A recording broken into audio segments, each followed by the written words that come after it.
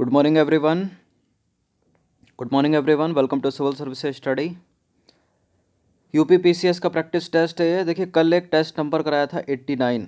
उसमें हमने कुछ प्रश्न देखे थे, प्रीवियस ईयर के इंपॉर्टेंट थे वो। ठीक है, उसी के आगे से इस टेस्ट में कंटिन्यू करते हैं। यह है टेस्ट नंबर 91। ठीक है, तो चलिए स्टार्ट करते हैं।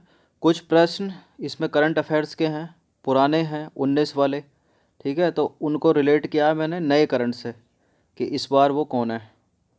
चलिए स्टार्ट करते हैं, 3 सेकंड का टाइम मिलेगा। तो हमने ये पंचायत वाला क्वेश्चन कर लिया था।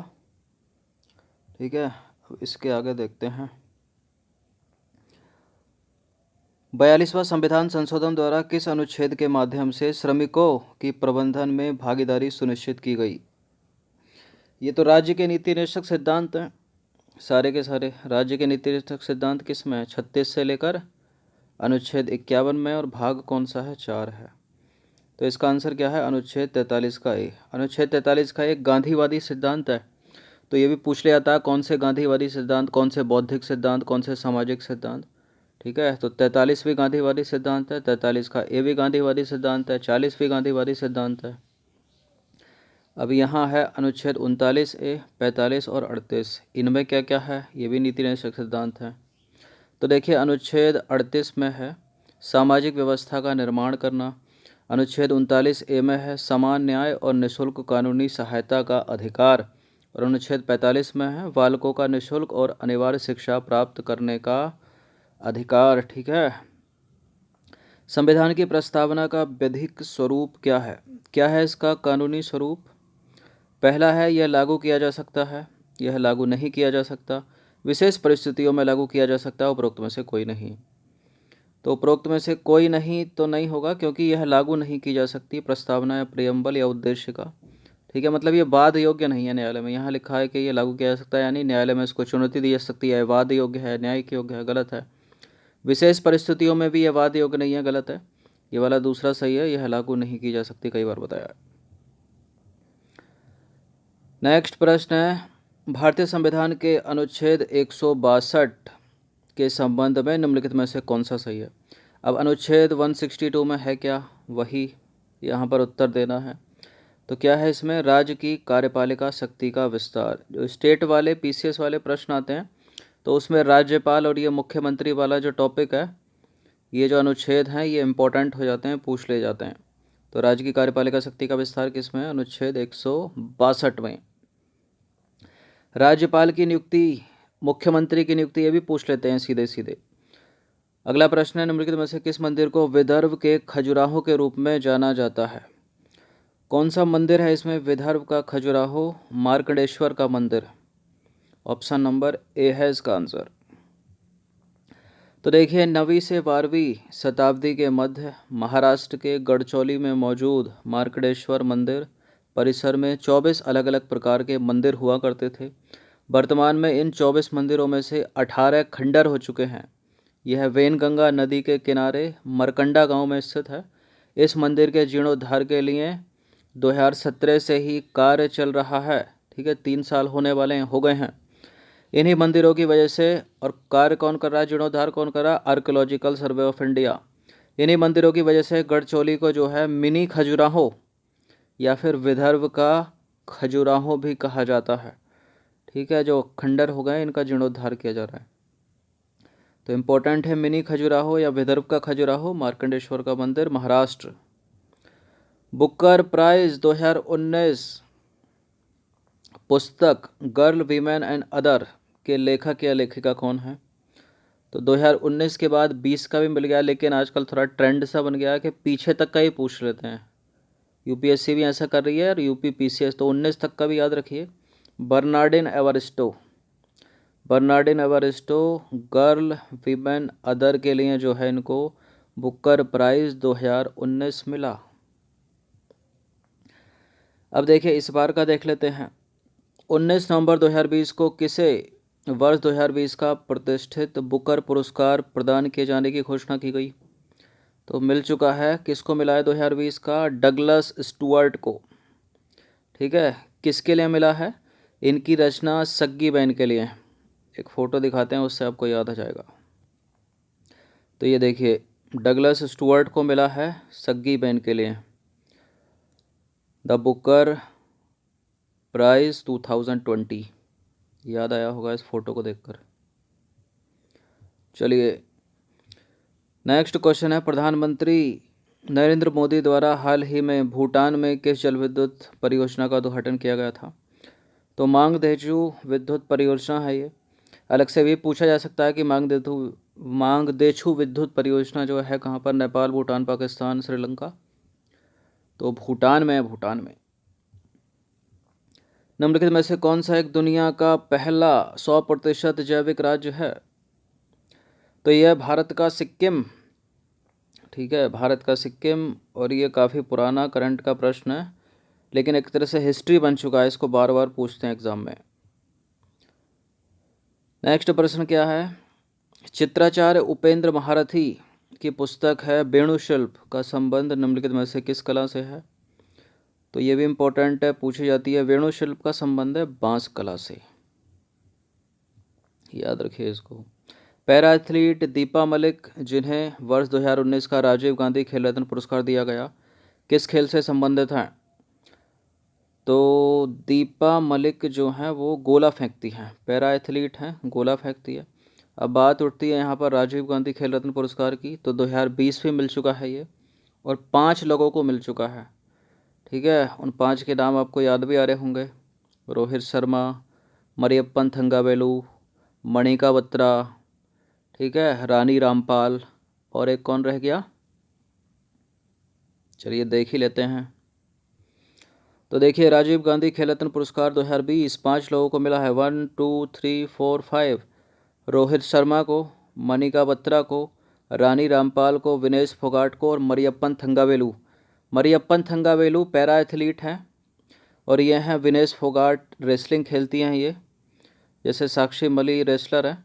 और ये हैं रानी रामपाल, हॉकी, और वर्तमान में हॉकी की कैप्टन भी हैं ये, इंडियन वुमेन हॉकी टीम की। और मणिका बत्रा को मिला राजीव गांधी खेल रत्न पुरस्कार टेबल टेनिस के लिए, और रोहित शर्मा को मिला है क्रिकेट के लिए।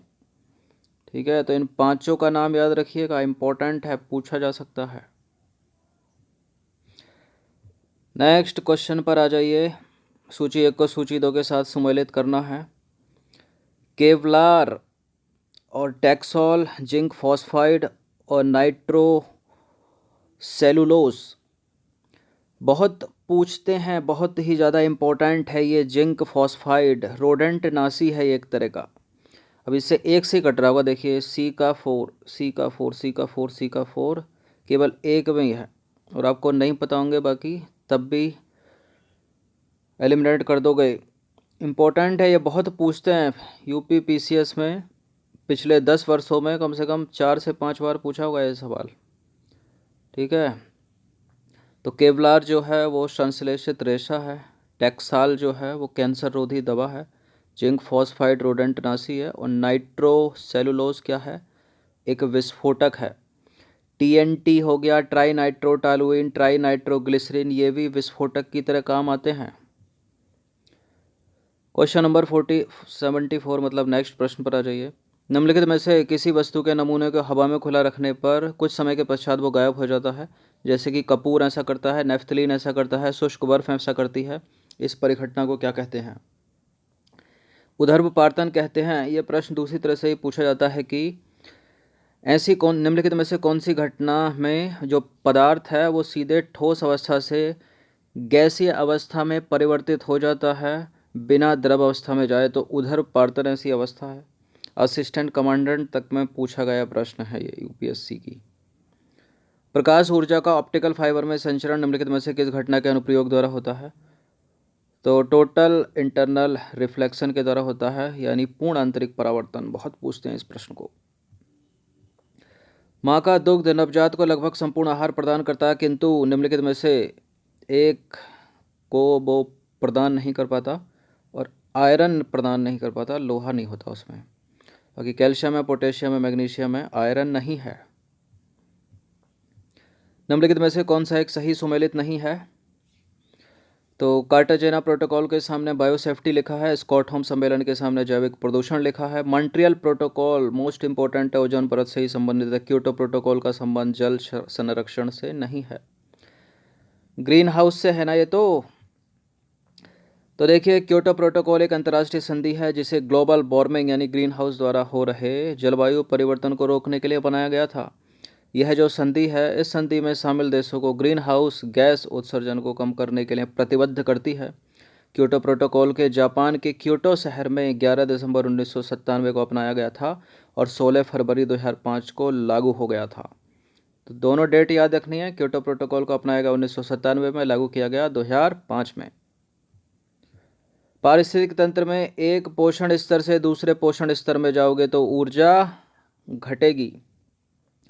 ठीक है, 90% इस पोषण स्तर में यूज़ हो जाएगी और केवल 10% ही अगले पोषण स्तर में जाएगी। फिर इस 10% का 90% उस पोषण स्तर में जाएगी और केवल 10% ही रह जाएगी। इसे लिंडनबैन का नियम कहते हैं। इंपॉर्टेंट है, पूछ लिया जाता है। निम्नलिखित में से कौन सा जैविक नाइट्रोजन निर्धारण से संबंधित है? कौन सा है जैविक नाइट्रोजन निर्धारण से संबंधित? नीली हरी शैवाल, ऑप्शन नंबर डी। देखिए, जब धुआं होता है, धुआं यानी स्मॉग अवश्य रूप से वायुमंडल में निम्नलिखित में से किसकी उपस्थिति के कारण होता है? नाइट्रोजन और सल्फर के ऑक्साइड। ठीक है, नाइट्रोजन और सल्फर के ऑक्साइड। और एक अम्ल वर्षा होती है, वो होती है SO2 और NO2 के द्वारा। वो भी इम्पोर्टेंट है, पूछा जाता है। निम्नलिखित क्षेत्रों में किसमें दुर्लभ उपलब्धियों के लिए वैश्विक 500 पुरस्कार दिया जाता है? पर्यावरण संरक्षण के लिए दिया जाता है वैश्विक 500 पुरस्कार। श्याम बीवर होता है, क्या होता है श्याम बीवर? श्याम बीवर का मतलब यहाँ ब्लैक होल से है। ठीक है, ब्लैक होल। और जो साइंस के जो प्रश्न आते हैं इनका अंग्रेजी रूपांतरण जरूर देख लिया कीजिए। तो देखिए, सिमटता तारा है एक श्याम बीवर, सूर्य भी एक तारा है। ठीक है, सिमटता कैसा है ये? इनका जो है, आपको पता होगा जो ब्लैक होल है इसका जो गुरुत्वाकर्षण बल है वो बहुत ज़्यादा अधिक होता है कि अगर इसके पास से प्रकाश भी गुजरता है ना तो उसको भी चूस लेता है, खींच लेता है अपनी तरफ। तो इतना ज़्यादा बढ़ जाता है इसका जो ग्रेविटेशनल फोर्स है कि चीज़ों को खींचने लगता है, फिर इतना ज़्यादा बढ़ जाता है कि खुद ही सिमटता रहता है, ये अपने आप को ही खींच लेता है और बिल्कुल ब्लैक होल बन जाता है, बिल्कुल। ठीक है, और इसके पास से कोई भी जाएगा, कोई भी पिंड उसको अंदर डाल देगा ये। तो सिमटता तारा है श्याम बीवर या ब्लैक होल। भारत में सबसे अधिक जैव विविधता संपन्न क्षेत्र, अब इसमें तो लगा ही दोगे आप, वेस्टर्न घाट ही है। निम्नलिखित में से कौन सा भारत में सतत विकास लक्ष्यों के कार्यान्वयन के लिए नोडल एजेंसी है? कौन सी है? नीति आयोग ही तो है, और क्या है? भारत का वैश्विक भूख सूचकांक 2017 में कौन सा स्थान है? तो 17 में तो जो था वो था, अब हमें इम्पोर्टेंट है 2020 में। तो वैश्विक भूख सूचकांक यानी ग्लोबल हंगर इंडेक्स 2020 में भारत 107 देशों की सूची में बड़े ही खराब पायदान पर है, 94वां स्थान है। सूची 1 को सूची 2 के साथ सम्मिलित करना है। क्या है सूची में? देश और राजधानियाँ, ये भी पूछी जाती हैं PCS में। तो देश ये है, राजधानियाँ। उज्बेकिस्तान की कैपिटल ताशकंद है और तजाकिस्तान की कैपिटल दुशांबे है। किर्गिस्तान की बिश्केक है और तुर्कमेनिस्तान की है अश्वागत। ठीक है, तो सुमेल करना है इनको, पहले से सुमेलित है। और ये वाले पार्ट से सीधा एशिया वाले पार्ट से उठा कर डाल दें सारी की सारी, और सब एक साथ ही हैं ये देश। Uzbekistan Tashkent, Tajikistan Dushanbe, Kyrgyzstan Bishkek और तुर्कमेनिस्तान अशकाबात। ठीक है, अशगाबात। तो पहला, दूसरा, तीसरा, चौथा। निम्नलिखित नदियों में से कौन सा अपने भ्रंश घाटी प्रभाव के लिए प्रसिद्ध है? तो रिफ्ट वैली में तो नर्मदा तापी बहती है, नर्मदा तापी ऑप्शन में नहीं है, तो इसमें हो जाएगा दामोदर। निम्नलिखित प्राकृतिक प्रदेशों में से किसे बड़े शिकारों की भूमि के नाम से जाना जाता है? यह है सवाना, उष्णकटिबंधीय सवाना अफ्रीका का। नेटिव मैरिज एक्ट कब पारित हुआ था? इंपॉर्टेंट प्रश्न है, 1872 में पारित हुआ था, 1872। यह आंदोलन और यह इससे संबंधित वर्ष मोस्ट इम्पोर्टेंट है, संथाल और इसको याद करने का तरीका है 1857 का विद्रोह, उससे पहले हुआ था ये 2 साल। ठीक है, तो संथाल विद्रोह हुआ था कब? 1855 से 1856 का है, 1855-56। एका आंदोलन 1922 का है, सबसे नया है। और पावना है 1873 से 85। और ताना भगत है 1914। तो ताना का भगत भी नया है, लेकिन इससे ज़्यादा नया है एका, बाकी 1800 की रेंज में है। अब देखिए संथाल सी का फर्स्ट एक से ही कट जाता है, ये सी का फर्स्ट एक से कट जाता। याद करने का तरीका वही 1857 के विद्रोह से पहले हुआ था, 2 साल पहले, इस तरह से याद रखिएगा। ठीक है, एका 1922 है, ताना भगत 1914। यह है घटनाएं और यह है वर्ष। भारतीय जल अधिनियम 1927, सविनय अवज्ञा आंदोलन सबको पता होगा 1930, द्वितीय गोलमेज सम्मेलन 1931, 3 गोलमेज सम्मेलन हुए हैं ना 1930, 31 और 32। तीसरा 32 में और दूसरा कब? 31 में। और सांप्रदायिक निर्णय जो है 1933 का नहीं है, 1932 में हुए थे। ठीक है, पूना पैक्ट भी 1932 का है, तो 1932 ही होगा इसका आंसर। भारतीय जल सेना अधिनियम याद रखना है 1927, सविनय अवज्ञा 1930, द्वितीय गोलमेज सम्मेलन सितंबर 1931। और सांप्रदायिक ये गलत है यहाँ पर, 1932 होगा, 33 नहीं। निम्नलिखित घटनाओं को कालानुक्रम सजाना है। साइमन कमीशन की नियुक्ति, जलियांवाला बाग हत्याकांड, महात्मा गांधी की दांडी यात्रा और फिरोज शाह मेहता की मृत्यु। देखिए साइमन कमीशन तो लगा ही देते आप, 1927 जलियांवाला बाग हत्याकांड 13 अप्रैल 1919, दांडी यात्रा 1930 है।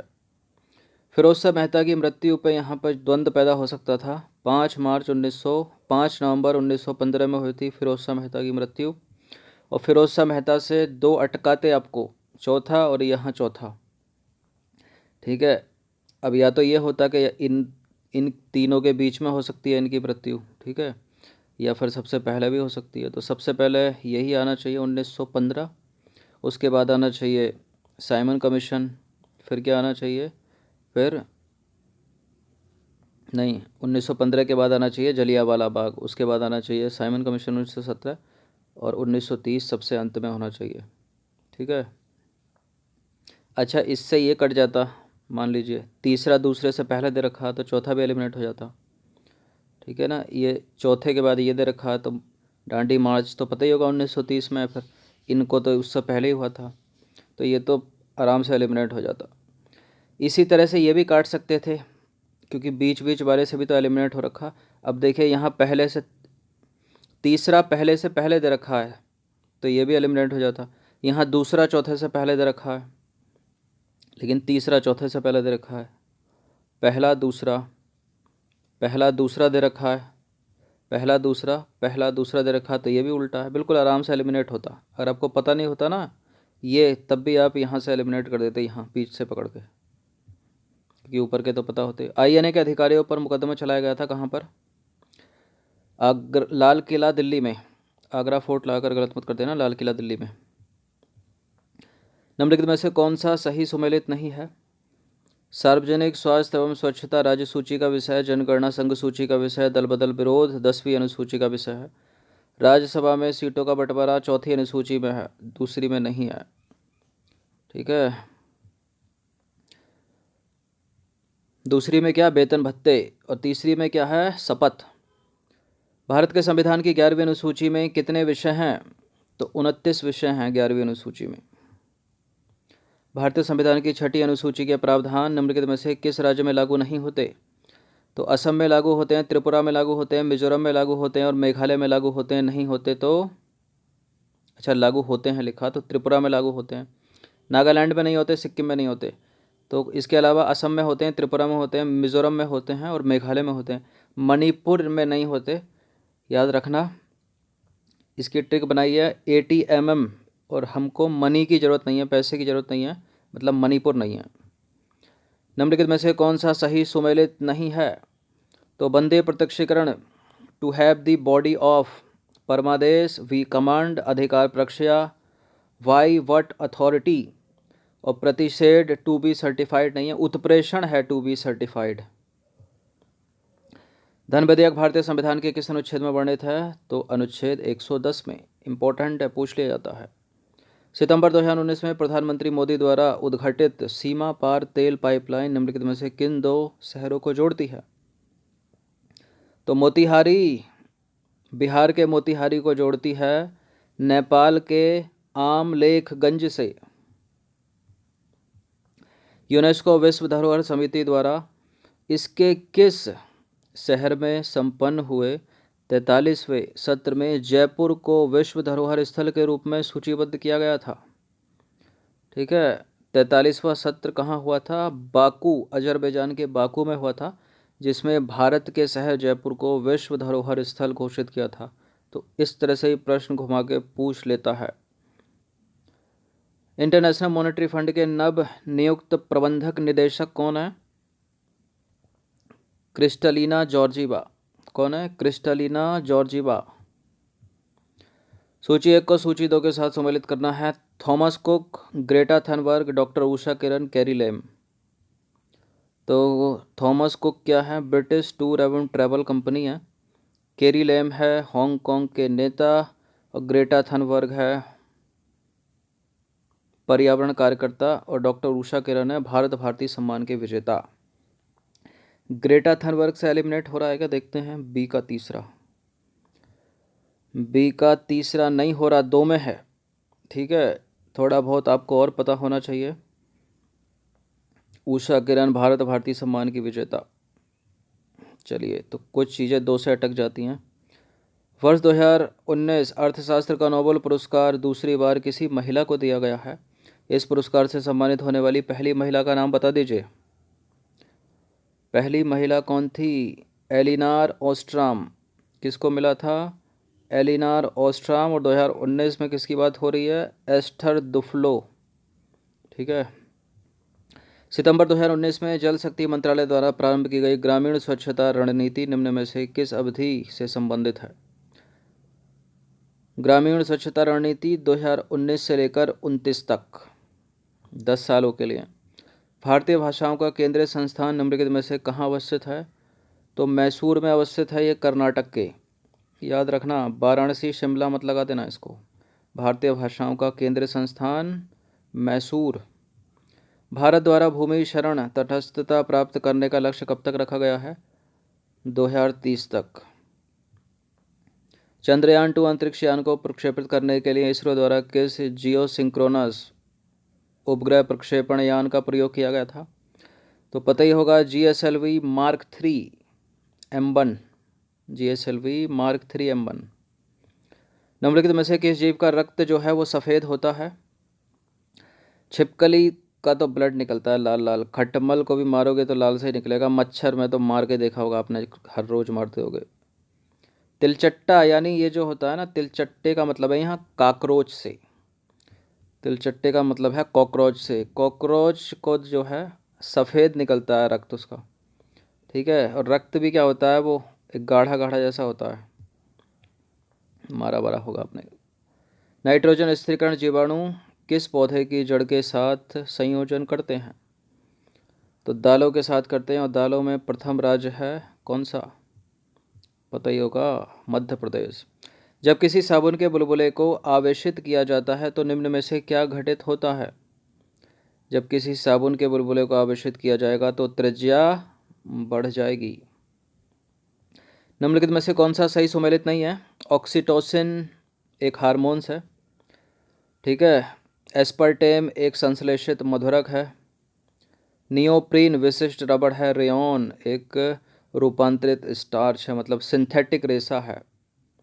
तो सही है नियोप्रीन यहाँ पर। एस्पर्टेम संश्लेषित मधुरक है, चीनी से ही मीठा होता है ये। और ऑक्सीटोसिन हार्मोन्स सही है। नियोप्रीन एक विशिष्ट रबड़ नहीं है, नियोप्रीन एक संश्लेषित रबड़ है, मतलब संश्लेषित रबड़ है। अब विशिष्ट रबड़, या तो ये प्रश्न गलत किया होगा क्योंकि ठीक से ही लग रहा है अभी, और बाकी तीनों तो करेक्ट हैं। अब यहाँ संश्लेषित रबड़ होना चाहिए तो करेक्ट हो जाएगा, विशिष्ट लिख रखा है। ठीक है, तो यही उत्तर है इसका। निम्नलिखित में से कौन सा पदार्थ प्रोटीन नहीं है? तो खुर जो होते हैं ना गाय भैंसों के, उनमें प्रोटीन होता है। आपके बाल यानी केश में प्रोटीन है, आपके नाखून इसमें प्रोटीन है। लूता रेशम स्पाइडर सिल्क में भी प्रोटीन है, कपास में प्रोटीन नहीं होता है। तो ये कुछ प्रश्न थे इम्पोर्टेंट जो पहले पूछे गए हैं, ठीक है। इनकी प्रैक्टिस कर लीजिएगा, कम से कम एक बार तो कर ही लेना, ठीक है। और आपके पास यदि प्रीवियस ईयर के प्रश्नों की बुक है तो उनको जोड़ के पढ़िए, देखिए उनको किस तरह से पूछा जाता है। और राजीव गांधी की बात हो रही है, किसी पुरस्कार की बात हो रही है, तो अब करंट में दे दिए उस, देखिए उसको, गुगलाइए उसको कि अब का किसको मिला है, ठीक है। तो प्रैक्टिस कर ले रहे हैं इन प्रश्नों की। डिस्क्रिप्शन बॉक्स में लिंक है, टेस्ट सीरीज़ की प्लेलिस्ट बना रखी है, वहाँ पर आप टेस्ट नंबर 1 से लेकर 91 तक पहुँच सकते हो। धन्यवाद।